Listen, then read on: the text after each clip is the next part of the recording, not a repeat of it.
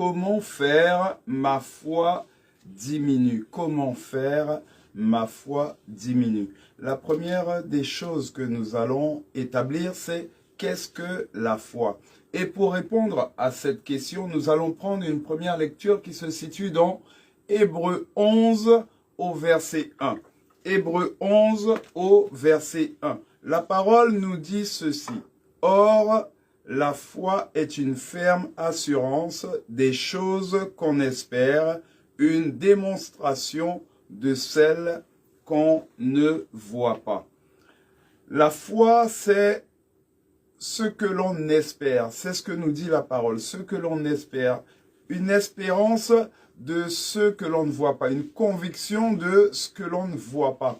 La foi du chrétien, c'est je vois au loin ce que j'espère qui n'existe pas encore, mais qui a déjà été établi dans les cieux. Ce qui a déjà été établi dans le monde invisible, le monde spirituel. Voici ce qu'est la foi. Ici, on parle d'un sujet bien précis. Comment faire ma foi diminue? Quand on parle d'une foi qui diminue, quand on parle d'une foi qui baisse, quand on parle d'une foi où on a l'impression, le sentiment que on n'est plus connecté à l'éternel Dieu. Notre foi baisse, notre foi diminue. On entre dans une sphère, on va dire, négative. Qu'est-ce que cela signifie? J'ai envie de vous dire ceci, que c'est un manque de confiance en Dieu qui commence à s'installer. Et là vient un danger spirituel. Une foi qui diminue, c'est un manque de confiance en Dieu. Mais est-ce que cela signifie que Dieu, lui, s'est éloigné de toi? Je ne crois pas. Je réponds catégoriquement non à cette question. Nous allons prendre une seconde lecture. Cette lecture se situe dans Jean 6 au verset 44. Jean 6 au verset 44. La parole nous dit ceci. Jean 6 au verset 44. Nul ne peut venir à moi si le Père qui m'a envoyé ne l'attire, et je le ressusciterai au dernier jour. On parle de la foi, notre foi qui diminue. La parole de Dieu nous incite à une chose. Nous devons être convaincus. Convaincus que l'Éternel Dieu est à nos côtés. Nous devons être convaincus que l'Éternel Dieu est toujours auprès de nous, quelles que soient les situations. Nous devons être convaincus que la parole de Dieu est une parole qui reste éternellement connectée avec nous. Quand ta foi diminue, quand ta foi baisse, c'est que tu es en train de commencer à douter de la présence de Dieu à tes côtés. Quand tu deviens enfant de Dieu, quand par ta foi, tu comprends que l'Éternel Dieu est toujours avec toi. Quand par ta foi, tu comprends que la parole de Dieu est la parole de vérité. Nous avons défini dans Hébreux 11, au verset 1, ce qu'est la foi. Nous avons vu en Jean 6, au verset 44, que nul ne peut arriver au Père sans passer par Jésus-Christ. Et par la foi, on accède au statut d'enfant de Dieu. Prenons 2 Corinthiens 1 au verset 22. La parole nous dit ceci. 2 Corinthiens 1. au verset, je dis 22. «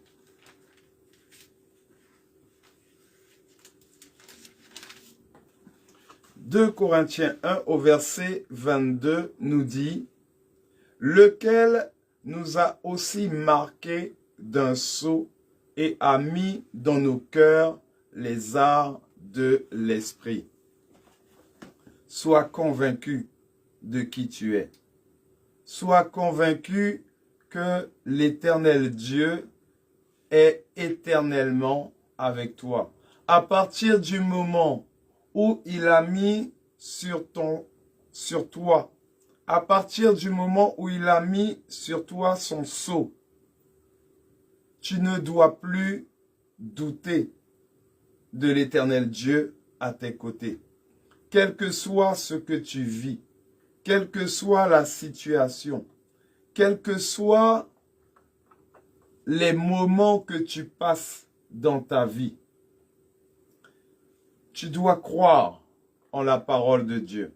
Tu dois croire en Jésus-Christ de Nazareth. Tu dois croire que l'Éternel Dieu Tout-Puissant, le Créateur, celui qui a mis son souffle de vie en toi, est éternellement avec toi. Comment faire ma foi diminue? Quand on parle de perdre la foi, en réalité, on ne perd pas sa foi. La foi, elle est toujours là. Chacun de nous, nous avons reçu une dose de foi par l'Éternel Dieu. Et cette dose de foi ne nous quittera jamais. Mais la foi, nous devons la cultiver. Nous devons la faire grandir. Nous devons la cultiver en toute situation. Nous devons avoir cette conviction que, quelles que soient les situations, que nous soyons dans telle ou telle situation, l'Éternel Dieu, par son Esprit Saint, est toujours présent en nous et avec nous. Qu'il ne nous lâchera jamais. Nous ne devons pas laisser les situations nous dominer.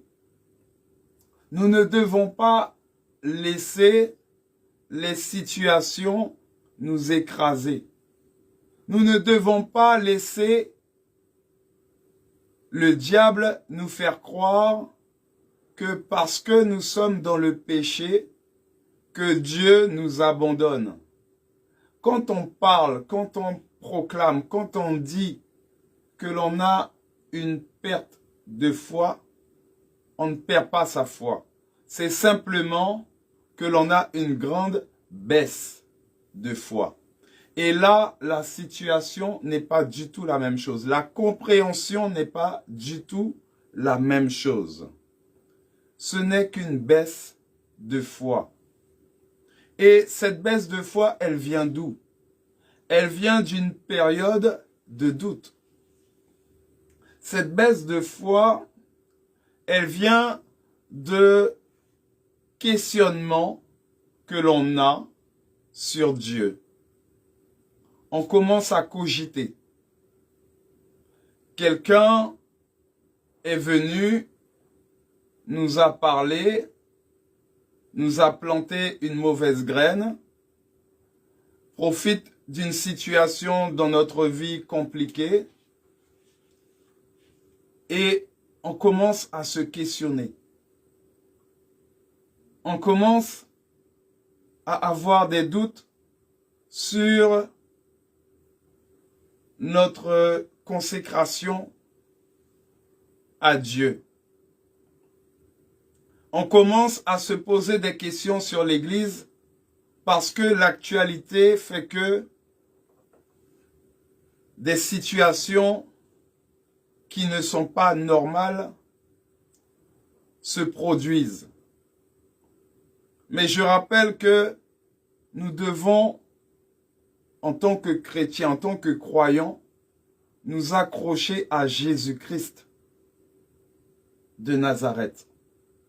Il est la tête de l'Église.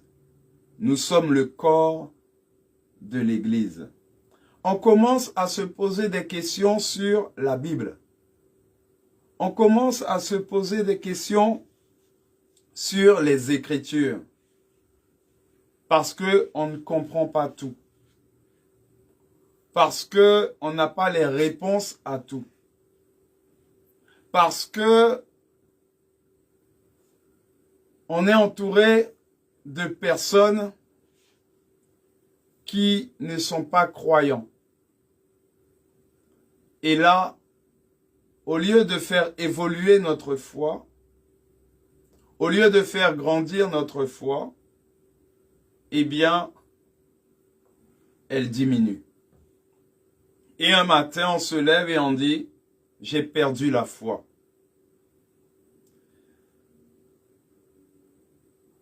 Chrétien, on ne perd pas sa foi. La foi diminue.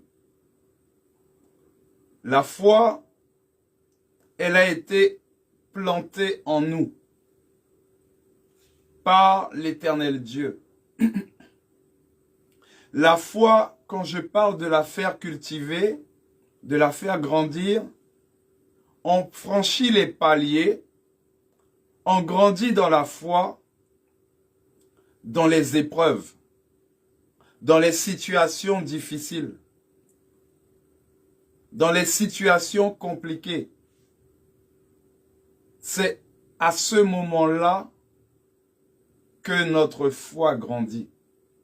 C'est à ce moment-là que notre foi s'enracine, que les racines entrent en profondeur, de façon à ce que,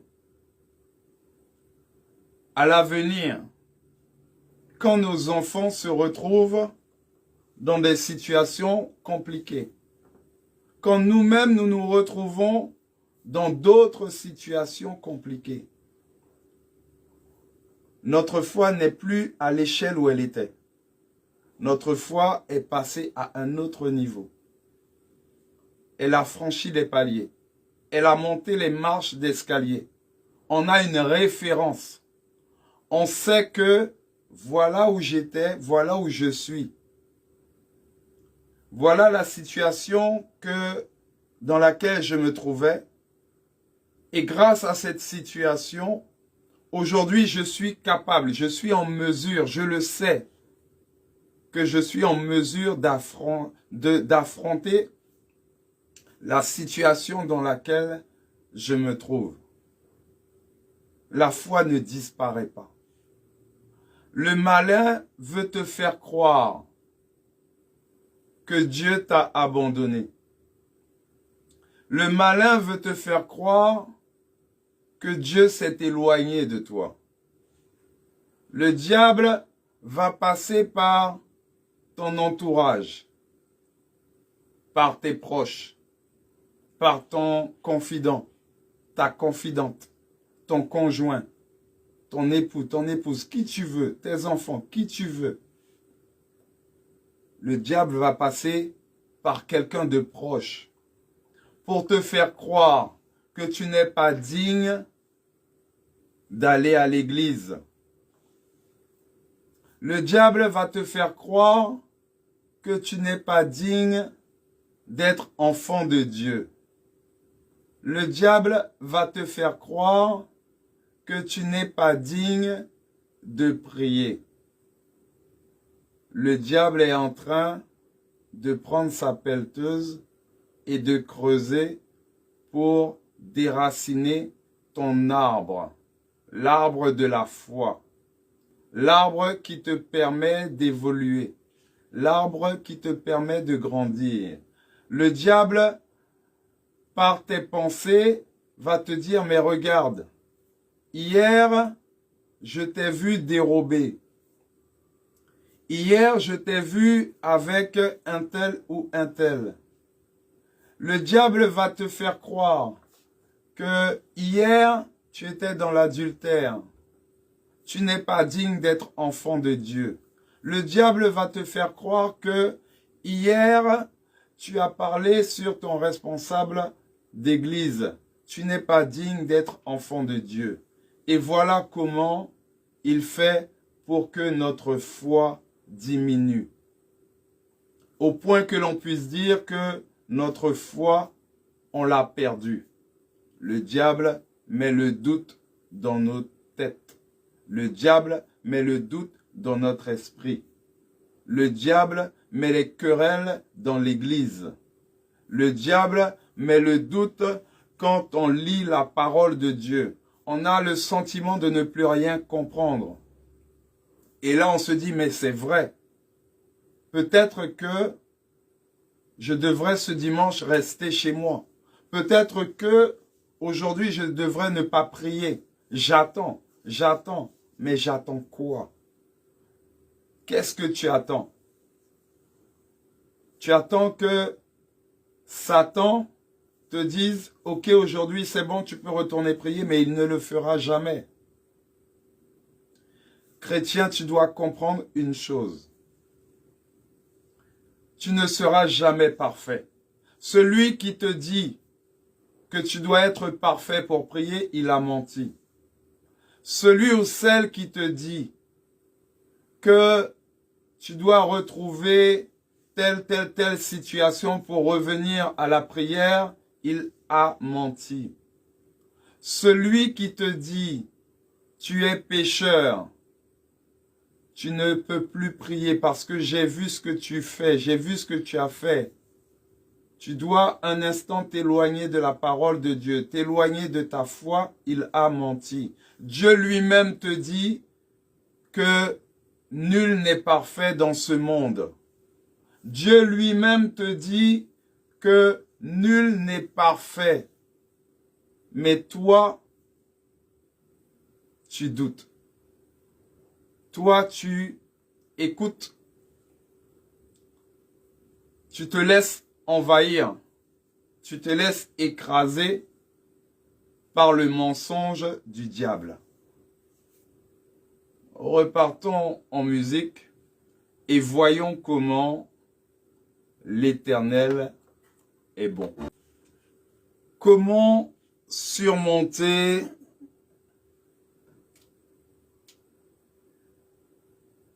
cette épreuve, cette situation? Nous devons avant tout, en tous les cas, dans la continuité des choses, nous devons comprendre les causes. Comprendre les causes de cette diminution de foi. Et les causes, elles peuvent être multiples. J'en ai déjà donné quelques-unes, mais il y a aussi la fatigue. La fatigue physique, la fatigue spirituelle, la fatigue du quotidien. Mais nous devons savoir que l'Éternel Dieu, par son Esprit Saint, nous rehausse. Prenons Ésaïe 40, du verset 29 au verset 31. Ésaïe 40, du verset 29 au verset 31 nous dit « Il donne de la force à celui qui est fatigué, et il augmente la vigueur de celui qui tombe en défaillance. Les adolescents se fatiguent et se lassent, et les jeunes hommes chancellent. Mais ceux qui se confient en l'Éternel renouvellent leur force. Ils prennent le vol comme les aigles. Ils courent et ne se lassent point. Ils marchent et ne se fatiguent point. » Quand tu te sens fatigué, aie confiance en l'Éternel Dieu. Quand les épreuves de la vie te fatiguent, aie confiance en l'Éternel Dieu. Quel que soit ce que tu vis, la situation, l'épreuve, l'étape, ne laisse pas le diable te dire, écoute, tu es fatigué, tu prieras demain. Tu es fatigué, tu prieras une autre fois. Vous savez, il y a un exemple qui est très simple à observer chez tous les chrétiens. Quand on se décide à prier le soir, on a toujours tendance à avoir un petit coup de barre. On a toujours tendance à s'endormir. Et là, la prière, elle est écourtée. Mais une fois que on se dit, bon ben, je prierai demain ou je prierai après, on n'est plus fatigué. On allume même la télé et on commence à regarder la télé. C'est le diable qui est en train d'agir. Je parle de choses que je connais moi-même. Souvent, je vous dis, je me parle à moi-même. Et j'espère qu'en me parlant à moi-même, j'édifie ne serait-ce qu'une personne qui écoute ou qui entendra. Parfois, les causes viennent du fait que nos prières ne sont pas exaucées. Mais qu'est-ce qui fait que nos prières ne sont pas exaucées? Ça, c'est encore un autre sujet, un autre débat. Prenons Jacques 1 au verset 6. Jacques 1 au verset 6 nous dit « Mais qu'il la demande avec foi, sans douter, car celui qui doute est semblable au flot de la mer, agité par le vent et poussé de côté et d'autre. » Quand on prie, quand on demande à Dieu, on a tendance, à douter.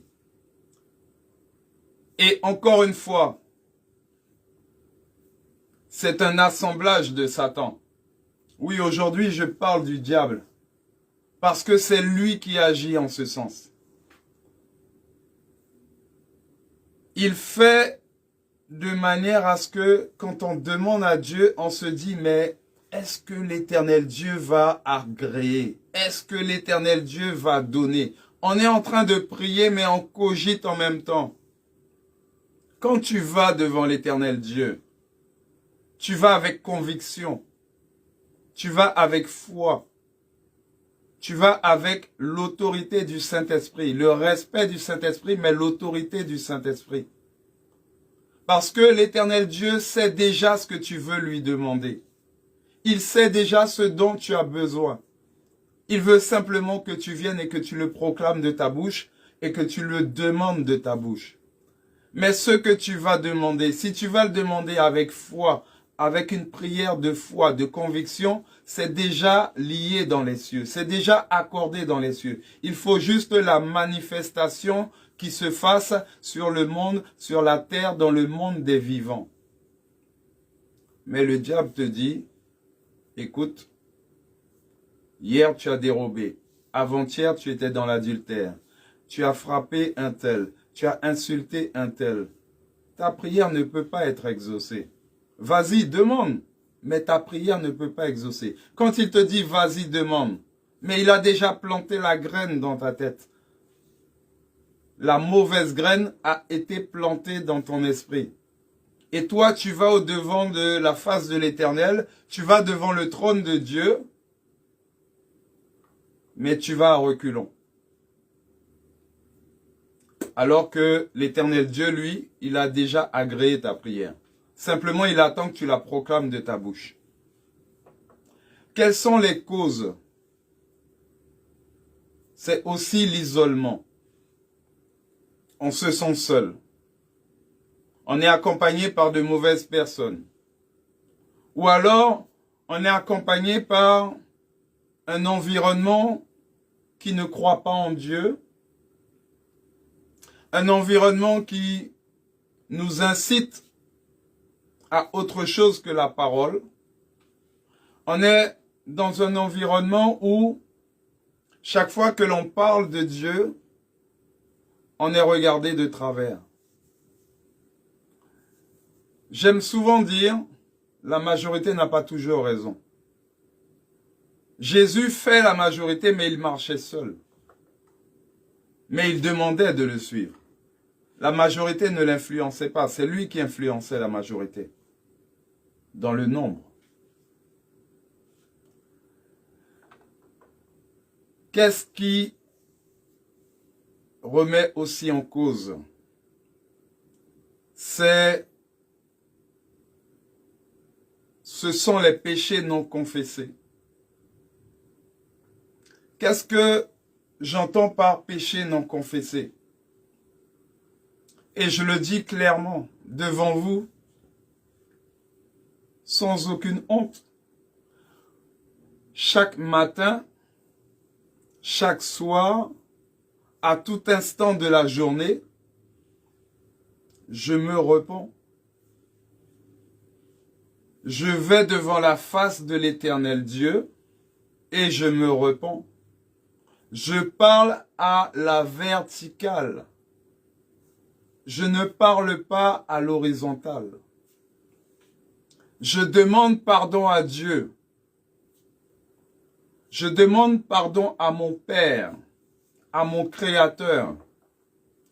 Et quand je dis mon Père, je prends tous les attributs spirituels, je prends tous les attributs charnels pour dire mon Père. Et je lui demande, dans un échange, dans une discussion, le pardon de mes péchés. Parce que vous devez comprendre une chose. Christ n'est pas mort sur la croix en vain. Le sang de l'agneau de Dieu n'a pas coulé sur la croix en vain.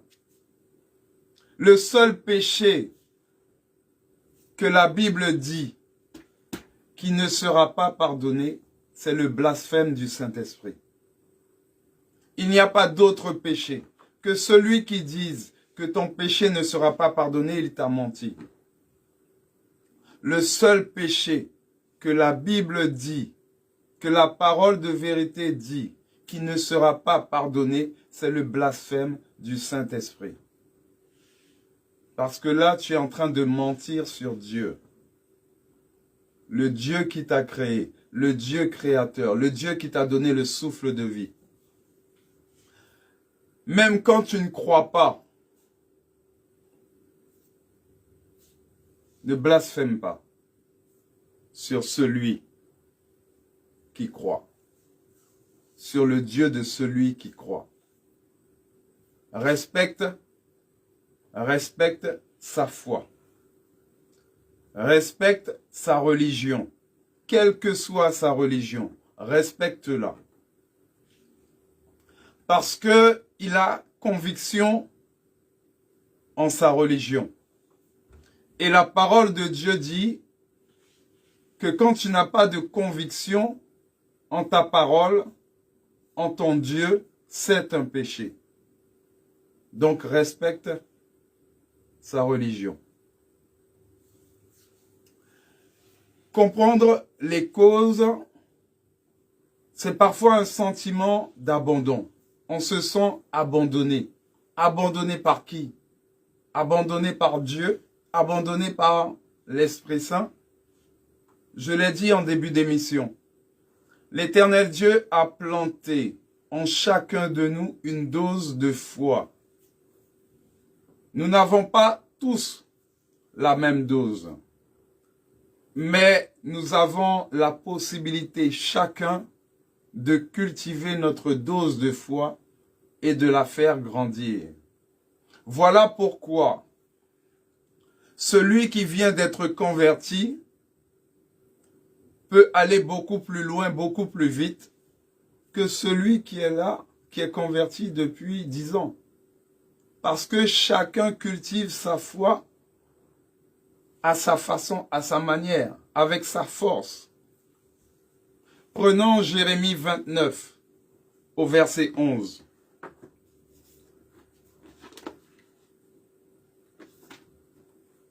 Jérémie 29,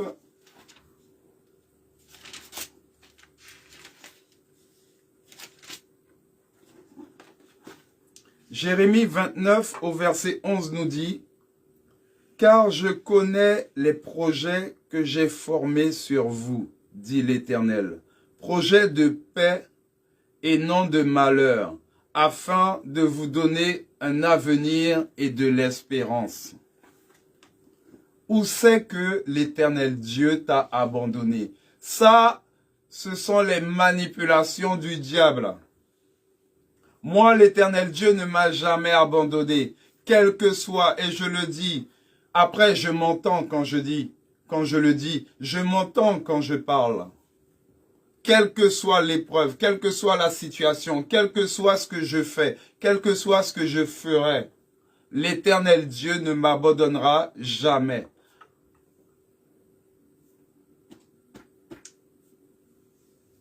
La parole dit, mon peuple périra par manque de connaissance. Mon peuple périra par manque de connaissance. Quelles sont les causes? Les causes, c'est aussi des épreuves à répétition. Chaque jour, on se lève, on est dans une situation compliquée. Chaque jour, on se lève, on est dans une situation complexe. Chaque jour, on se lève, on est attaqué, on est insulté. Et là, on commence, quand je parlais de doute et de se poser des questions, on commence à se poser des questions. Et on laisse justement toutes ces épreuves nous écraser, nous enfoncer. Et là, on se fait petit, de plus en plus petit. On a honte de marcher la tête haute. On a honte de marcher la tête relevée. Tu es enfant de Dieu.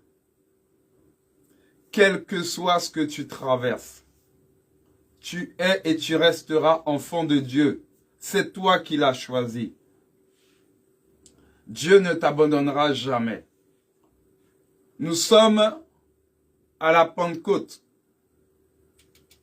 Nous sommes en période de Pentecôte. L'esprit de puissance du trône de Dieu est descendu sur les apôtres afin d'accomplir une mission.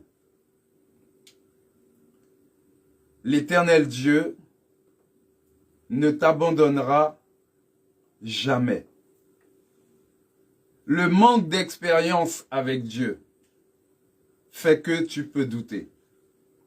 Mais la parole nous dit que Dieu dit de le mettre à l'épreuve. N'hésite pas de le mettre à l'épreuve. Je dis bien à l'épreuve. J'ai pas dit de défier Dieu, de le mettre à l'épreuve. Tu n'es plus esclave du péché. Souviens-toi de cela. Conserver sa foi, ce n'est pas facile. Conserver sa foi dans les paliers élevés, ce n'est pas évident. Quel que soit l'homme de Dieu, quel que soit qui tu es, il y a toujours des moments où ta foi diminue. Mais tu dois en prendre conscience. C'est quelque chose de normal. Tu es humain, tu vis dans le monde des vivants, c'est tout à fait logique. Mais en aucun cas, tu ne dois douter de Dieu. Tu ne dois en aucun cas laisser ton environnement, laisser le diable, même passer par quelqu'un de proche ou de lointain, qu'importe, laisser te faire croire que Dieu t'abandonne. Tu ne dois en aucun cas laisser la situation ou les situations de la vie, ton quotidien, te faire croire que Dieu t'a abandonné. Ce n'est que mensonge. Prenons 1 Timothée 6 au verset 12. 1 Timothée 6 au verset 12, la parole dit « Combat le bon combat de la foi. Saisis la vie éternelle à laquelle tu as été appelé et pour laquelle tu as fait une belle confession en présence d'un grand nombre de témoins. Dieu n'abandonne et n'abandonnera personne. » La foi est attaquée par l'ennemi. C'est ce que je vous dis et que j'essaie de vous expliquer, que je vous explique depuis ce matin. C'est le diable qui veut nous faire croire autre chose. C'est le diable qui passe par nos proches pour nous faire croire autre chose. C'est le diable qui passe par les situations de la vie pour nous faire croire autre chose. La foi est attaquée par l'ennemi. Prenons 1 Pierre 5 du verset 8 au verset 9. 1 Pierre 5 du verset 8 au verset 9. La parole nous dit « Soyez sobres, veillez. Votre adversaire, le diable, rôde comme un lion rugissant, cherchant qui il dévorera. Résistez-lui avec une foi ferme, sachant que les mêmes souffrances sont imposées à vos frères dans le monde. » Prenons un autre verset. Ce verset se situe dans Romains 10 au verset 17. Romains 10 au verset 17. Que dit la parole? Romains 10 au verset 17 nous dit « Ainsi, la foi vient de ce qu'on entend, et ce qu'on entend vient de la parole de Christ. » Quand ta foi diminue,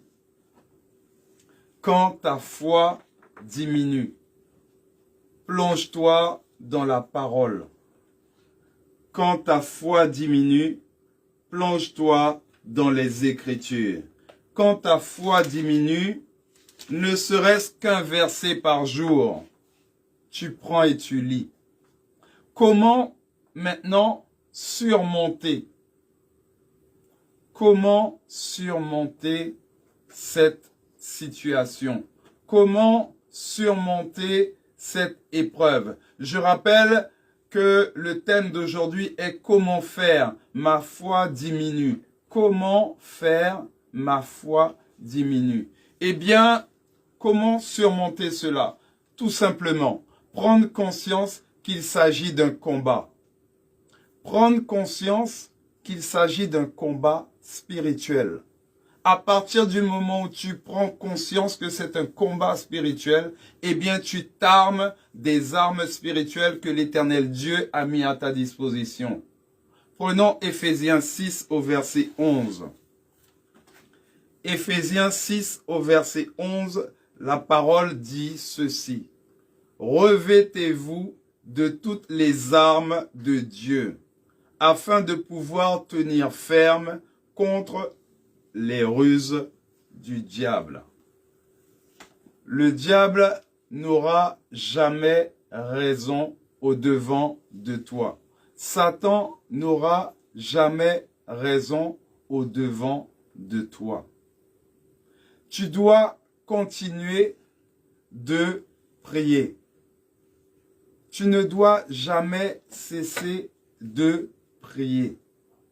Tu dois rester ferme. Tu dois accepter l'épreuve et toujours prier. Matthieu 27,